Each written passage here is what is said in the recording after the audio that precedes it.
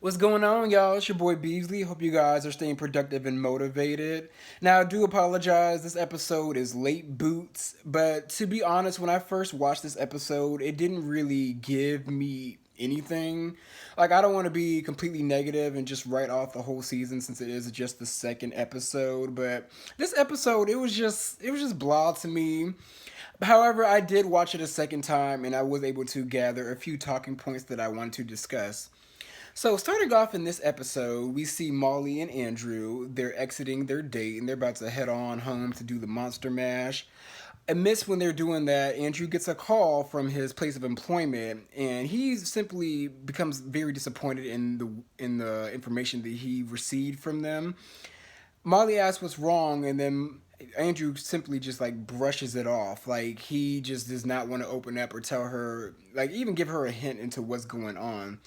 Molly takes notes of that, but it's just like whatever. The date's going good. She didn't want to fuck it up, so they end up going home and they end up just like pounding it out. Like Andrew and his little samarang really just did his thing. And I must say, this season it's like a lot of fucking going on. Like we're only on episode 2, and there's been like at least 6 sex scenes already, and that was just the first one of tonight. So moving on, we see Issa and Condola. They're out scouting different locations for the what was she doing again? The block party. She was scouting locations for the block party, and then they end up talking about Lawrence. And they're both awkward again, and at this point, they make efforts to kind of iron out the awkwardness that even though they're building like a great friendship, the common denominator is we have both been with and fucked Lawrence, and it's awkward. And me personally, I feel like I really want Issa and Condola to continue their friendship after the boardwalk. Yeah, it's very messy, but I want to say Condola is kind of more on Issa's wavelength in terms of like friendship goes. Like they're both like awkward black girls. Issa more awkward than Condola. But they both have like that quirkiness about them, but they're both like really on their grind and trying to get their shit together. And they're really like in the same headspace to me. Like they're in the same librarian, whereas Molly's in the parking lot, if that makes sense. So we move on to the girls meeting up. They're getting ready to get some candy together for the kids for Halloween.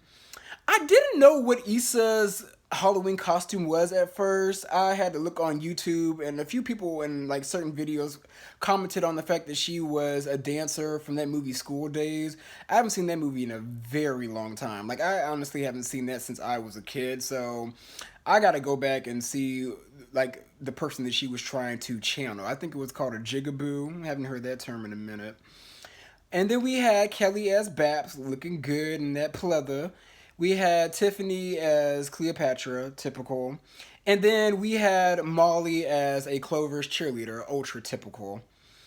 But they're sitting around talking about Andrew, and Molly brings up the fact that like Andrew is just not opening up to her. Like Andrew is just like guarded. Like Molly's giving him her whole entire like spiel, and then Andrew's sitting there not even really just like trying to talk. Like he just wants to have fun and fuck. Like the thing is with them two, they're kind of in that puppy dog stage when people start dating. They just want to like hunch on each other. Like after that first time of fucking, they just want to go again and again and again. And I am very, very familiar with that phase in dating. I honestly, in recent years, haven't made it past that part in dating. That's why I'm a celibate today.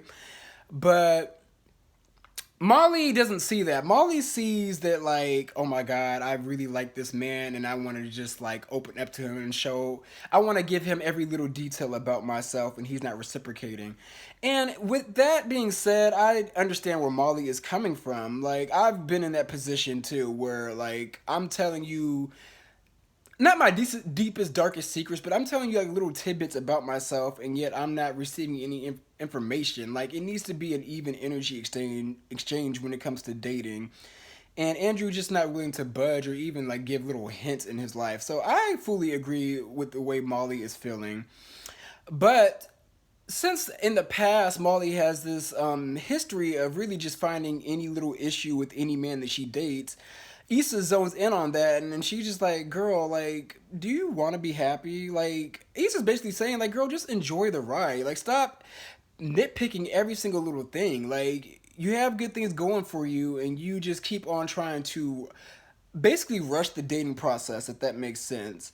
I saw where both of them were coming from, and it's kind of like a reversal from last week. Like last week, Molly was digging in Issa's ass, like basically telling her that she's messy.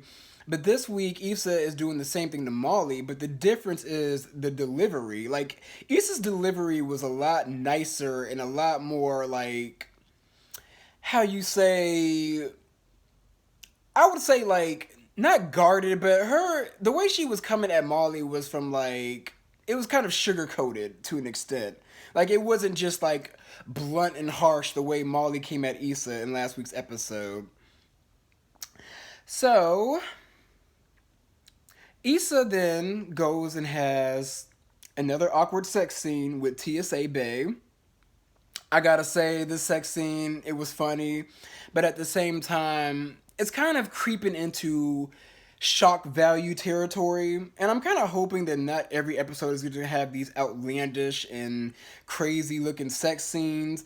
And then on top of that, it was funny how he basically wanted to get fingered like Freddy. He wanted his booty button pressed. Issa pressed that damn P spot and he was able to come. But unbeknownst to her, the condom stayed inside of her. Now, honestly, like, would have had, like, a pregnancy scare after that. Like, I would have, like, if I was a woman and that happened to me, like, shouldn't some of that, like, come kind of seep into an egg or something? Like, I would have been completely worried and had to go get a plan B after that. Like, not taking any chances with that shit. That condom fell on that damn mirror, and I was just like, okay, insecure. Like it's funny, but we don't need that in every episode because it's already kind of starting to get a little cheap. These sex scenes, like I feel like we need sex scenes to be spread out. Like it's only episode 2 and there's been about at least 6. That's a lot. They're doing the most. I'm sorry. So Issa and Condola, no, let me not get ahead of myself. Lawrence ends up having an issue with the fact that Issa and Condola are really becoming like really good girlfriends, and the fact that he's coming up in their conversation. And honestly, Lawrence has every right to feel kind of like that way, but he went about it the wrong way. So he gets advice from his 2 light skinned dwarfs for friends, Derek, which was Tiffany's husband, and I can never remember the other light skinned guy's name. Like he's like kind of cute, but he's like an asshole. I'm just gonna call him Chipmunk. Derek and Chipmunk basically give him an advice that like he needs to let Issa know to basically keep his name out of her mouth. And the way Lawrence did it, I'm like, did you really need to go meet up with Issa to tell her that? Like, I understand if you wanted to do it face to face. I mean, there is a thing called FaceTime, like a Zoom chat. Like, you didn't have to go meet up with her. And the fact that he wants to basically keep that a secret from Condola, that is going to be brought up later in the season. It's going to bite both Issa and Lawrence in the ass. So Molly ends up having a date, and then she tries to get Andrew to once again open up to her. Like they're at their house, she cooks some salty ass gumbo for him, and they're basically chilling. And then during the conversation, it comes up that Andrew basically is estranged from his sister. He doesn't know where she is. And Molly kind of presses on, like, well, are you guys ever going to try to find her? And Andrew's like, I don't want to talk about it. And I understood Andrew, like, we're in the beginning stages of dating. Like, I don't want to talk about that right off the bat. But at the same time, you got Molly here, like, showing you her, like, childhood pictures, showing you basically, like, how her upbringing was as, like, a black Nigerian woman. And basically just simply giving him tidbits into her life. And he is just not reciprocating. And granted, it may come off as Molly is really doing the most and trying to rush things, but at the same time, I understand fully where she's coming from. Like, you could tell me something. Like, what is your relationship like with your sister before she went missing? Like, what is your relationship like with your parents? Like, tell me something. Like, how many cousins do you have? Like, did you fucking used to live in Vietnam or whatever he is? Like, tell me something. So I get Molly. Like, I'm not gonna go in too hard on her. She usually repeats the same issues in history with dating, but like, this is some shit that I would want to know too about somebody, especially if we're like starting to get to know each other. Like, come on, dude.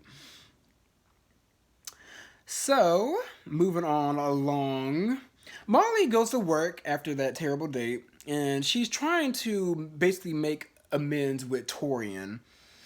Is Torian gay?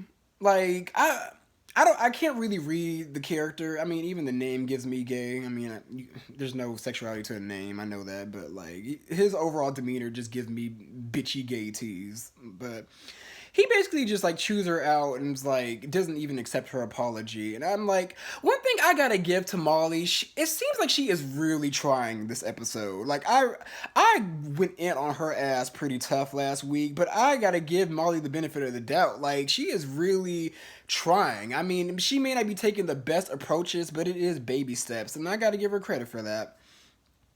So at the end of the episode, Molly and Issa meet up to go to Runyon Canyon. Ugh, whenever I go back to Los Angeles, that is on my bucket list.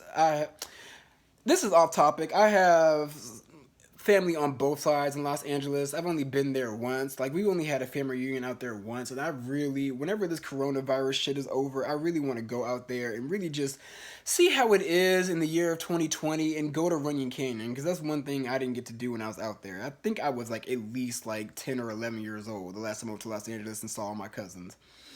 But Issa and Molly are out there, and basically Molly spills the beans that her and Andrew are kind of on pause. She doesn't really know where they're headed and where they're going, and Issa kind of like congratulates her, like not congratulates, but Issa kind of like, girl, like, do you ever just want to be happy? Like, why do you need to nitpick every single little thing? Like, just enjoy the ride. Like, basically, Molly's dating life exhausts Issa, and honestly, if that was my friend, I would be exhausted too. I'm like, girl, like, you gotta do this not crazy and it hasn't done any fuck shit yet. Like, just fill this nigga out and just move on from there. But in the midst of that conversation, Molly gets a call from Andrew, and they basically make amends at the fact that like he wants to open up more because in the past with his dating life, that has been a topic of issue whenever he would date a new girl. Like he just would not open up to her. So once again, like I said, Molly is justified in the way that she feels. But when she gets off the phone, and I didn't understand this. After watching it twice, I still don't get it. But Issa questions Molly like, "Oh, who was that?" And then Molly just sits there and just straight up lies and like, "Oh, it was work." And I'm just like, "Why are you lying?" Like, I honestly, I was really confused as to why she lied to Issa. And then after she did it, she felt like shit. So I don't know where this is going to go. I mean, we can kind of already tell that Issa and Molly's friendship is either going to end or is going to be severely tarnished. And it's going to be from like little shit that escalates even further. I mean, that's kind of how this show goes. It like you start off with little issues and then they escalate further into a big issue. Kind of like life, kind of like this damn virus. But those are my thoughts on episode 2 of Insecure. Like I said earlier, it was pretty boring. Like it didn't give me shit. Hopefully, moving forward with this season, like we're going to get more like episodes that are more fun to watch, if that makes sense. Like entertaining and also thought provoking. Cause honestly, y'all, like I almost didn't even do a review on this episode this week. Like it really didn't give me anything, and it's kind of negative to say that after I kind of praised the show last week. But those are my views. Also, before I go, it kind of feels like this show, I don't want to say it's about to end, but it kind of feels like it's setting up for this show to kind of like just go to the wayside. Like, I don't think this is going to be the final season, but season 5 most definitely is probably going to be the final season of the show. Like, I don't want to say that she's phoning in the writing just yet because we're only on episode 2, but that's the feeling that I'm getting. Coupled in with the fact that this show is basically only 20 minutes of content, like it's literally a web series at this point. I really want them to give us our episodes, but it's just not going to happen. But those are my views on the show. Thank you guys for watching. Be sure to like, comment, and subscribe so they can throw your boy in the algorithm. And I will come at you guys with some more content.